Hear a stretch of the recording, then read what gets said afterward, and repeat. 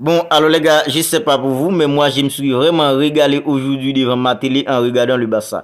Quand je vous dis je me suis régalé, alors les gars, je me suis vraiment régalé aujourd'hui en regardant le Barça, mais surtout les gars, un jeu comme la Yamal. Barça versus Villarreal, victoire 4-3 pour une équipe comme le Barça, victoire hyper importante, je dirais même, parce que le Barça était plutôt dans l'obligation de gagner une équipe comme Villarreal, après la victoire d'une équipe comme le Real Madrid dans début en vendredi, face à une équipe comme Celta Vigo, avec encore un but d'un jeu comme Jude Bellingham. Alors le Barça était dans l'obligation de gagner. Alors les gars, c'est vrai, le Barça a gagné 4-3, mais c'était hyper compliqué pour le Barça. Et j'ai beaucoup aimé aujourd'hui la performance d'un jeu comme Lamine Yamal. Franchement les gars, c'est vrai, ce petit n'a que 16 ans, mais c'est tout simplement une dinguerie ce qui fait ce petit sur le terrain. C'est tout simplement exceptionnel la performance d'un jeu comme Lamine Yamal aujourd'hui. Et j'ai beaucoup apprécié aussi la rentrée d'un jeu comme Ferran Torres. Mais les gars, on va revenir un peu tranquillement sur ça tout à l'heure.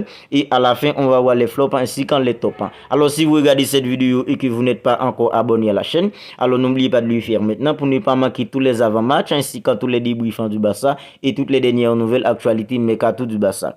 Alors, les gars, Barça versus Villarreal, troisième journée de la Liga. Comme je disais tout à l'heure, le Barça était plutôt dans l'obligation de gagner une équipe comme Villarreal aujourd'hui parce que le Real Madrid lui avait déjà fait tomber une équipe comme Celta Vigo depuis vendredi, 1-0 avec un but d'un jeu comme Jude Bellingham. Alors le Barça était dans l'obligation de gagner pour essayer de repasser encore à 2 longueurs de retard d'une équipe comme le Real Madrid. Alors les gars, c'est désormais chose faite avec un jeu comme Gavi buteur, Frenkie de Jong buteur, un jeu comme Robert Lewandowski buteur, Ferran Torres sans lui encore buteur, Lamine Yamal passeur décisif, mais les gars, c'était hyper compliqué, surtout en première période pour le Barça. Comme je vous l'avais dit dans la vidéo avant match, un entraîneur comme Kiki Setien a complètement bouffé Xavi Hernandez aujourd'hui en première période. Alors les gars, Kiki Setien aujourd'hui a complètement malmené Xavi sur l'ensemble de la première période, dans l'intensité, dans l'animation du jeu, aussi quand dans les pressings. Alors les gars, je n'arrive pas à comprendre. Ce que je n'arrive pas à comprendre, c'est que le Barça joue à 4 milieux justement pour avoir une supériorité au milieu, mais c'était plutôt en première période une équipe comme Villarreal qui avait le contrôle du match.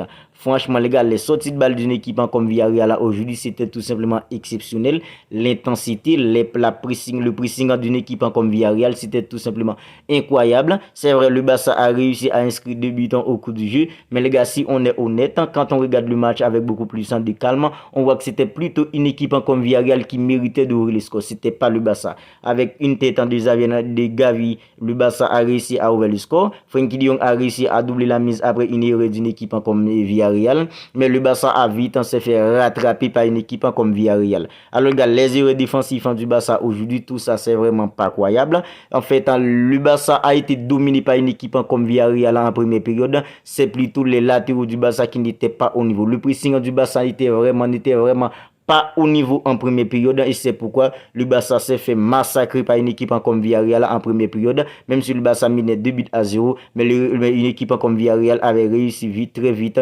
à revenir au score en fait en rattrapant une équipe comme le Barça. Mais ce que j'ai beaucoup aimé les gars, c'est surtout la réaction du Barça en seconde période. Alors en première période, lorsque le Barça menait 2-0, un jeu comme Lamine Yamal était plutôt tranquille. À chaque fois qu'il a les ballons en fait, il n'essaye pas d'aller vers l'avant en provoquant, en prenant des risques, en provoquant une équipe, les adversaires, les joueurs d'une équipe comme Villarreal. Mais les gars, en seconde période, lorsque le Barça était mené par 3-2, franchement les gars, on voyait que c'était plutôt un autre Lamine Yamal. En fait, il prenait des risques, il percute la défense d'une équipe comme Villarreal. En fait, il a trouvé le poteau, il a fait une passe décisive. Franchement les gars, un jeu comme Pedrissa a vu toutes les couleurs du monde avec un jeu comme Lamine Yamal aujourd'hui. C'était tout simplement incroyable de la part d'un jeu comme Lamine Yamal. Franchement les gars, il est pas décisif aujourd'hui. D'ailleurs, c'est lui qui a terminé homme du match. En fait, c'est vrai, ce petit n'a que 16 ans. Mais les gars, quand on le regarde aujourd'hui, on voit qu'il a la capacité. Franchement les gars, il a déjà une maturité incroyable les gars pour être titulaire. En fait, moi, je me pose des questions. Est-ce qu'un joueur comme Lamine Yamal ne peut pas faire du mal à un joueur comme Rafinha cette saison? Franchement les gars, est-ce qu'un joueur comme Lamine ne peut pas mettre un joueur comme Rafinha sur les bancs? C'est vrai, il n'a que 16 ans. On disait tout le temps dans la communauté du Barça, en fait, il ne faut pas lui mettre beaucoup trop pression. Mais les gars, quand on regarde sa performance aujourd'hui, la façon dont les gars, il a massacré un joueur comme Pedrissa aujourd'hui, alors moi, je ne cesse de me poser des questions à moi-même. Est-ce qu'un joueur comme Lamine Yamal ne mérite pas une place aujourd'hui dans l'effectif du Barça? C'est tout simplement exceptionnel la performance d'un joueur comme Lamine Yamal aujourd'hui. Ferran Torres sent la même chose, les gars. Ferran Torres, lui, il est décisif de plus en plus pour une équipe comme le Barça. En fait, le Barça, Ferran Torres faisait plutôt partie des joueurs indésirables du Barça, mais puisque le Barça n'a pas réussi à faire venir un joueur comme Victor Oki, c'est en fait durant ce mercato, alors Victor Oki est plutôt prévu pour janvier 2024. En fait, le Barça accepte maintenant qu'un joueur comme Ferran Torres reste dans l'effectif parce que c'est plutôt le seul joueur qui a le profil pour seconder un joueur comme Robert Lewandowski en tant qu'avant-centre. Mais les gars, depuis lors de la pré-saison, on voit qu'un joueur comme Ferran Torres, c'est un joueur qui fait beaucoup d'efforts maintenant. Alors, nous, dans la communauté du Barça qui nous critiquait tout le temps, maintenant on devrait demander pardon à un joueur comme Ferran Torres. Parce que les gars, la façon dont un joueur comme Ferran Torres monte en puissance maintenant depuis lors de la pré-saison, franchement, à chaque fois qu'il remplaçait un joueur comme Robert Lewandowski lors de la pré-saison, il a toujours été buteur face à une équipe comme Arsenal, face à une équipe comme le Real Madrid. Franchement, les gars, il a été buteur dans 2 matchs lors de la pré-saison.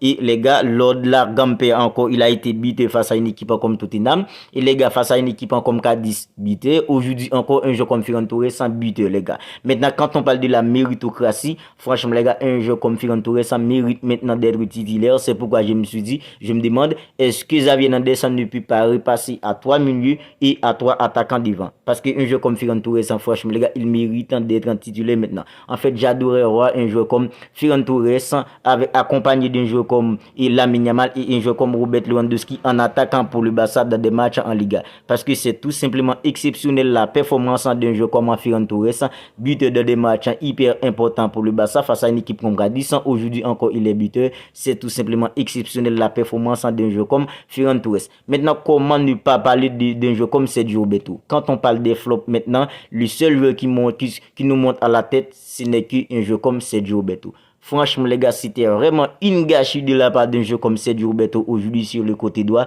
C'est tout simplement pas croyable. Alors, les gars, voilà pourquoi on est plutôt dans l'obligation de recruter un joueur comme Joao Cancelo en tant que latéral droit. Parce qu'un joueur comme Sergio Roberto sur le côté droit, c'est tout simplement une gâchis. C'est tout simplement une gâchis, les gars. Vous imaginez la performance que Sergio Roberto nous sort aujourd'hui? Il nous sort ça dans un match de Ligue des Champions. En fait, la performance de Sergio Roberto aujourd'hui, c'est la performance tout simplement qui peut vous coûter une place en 8e de finale de Ligue des Champions. Alors on ne peut pas se permettre ça.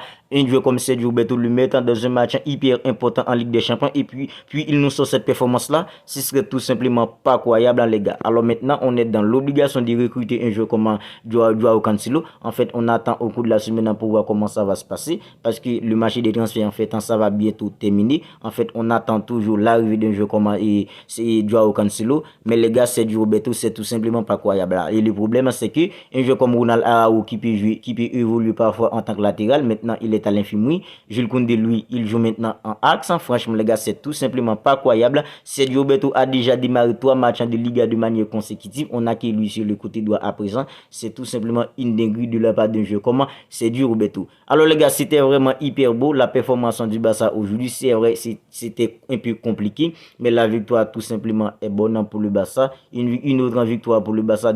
3 matchs en 2 victoires, c'est tout simplement bon pour une équipe comme le Barça. On est à 2 longueurs de retard d'une équipe comme le Real Madrid. En fait, on croise les doigts pour qu'on continue à gagner et que le Real Madrid, lui, il perd dans des points. Alors les gars, on va en rester là pour cette petite vidéo débrief. Barça versus une équipe comme Villarreal, victoire hyper importante pour le Barça. Alors si la vidéo vous a plu, n'hésitez pas à la liker, n'hésitez pas à la commenter.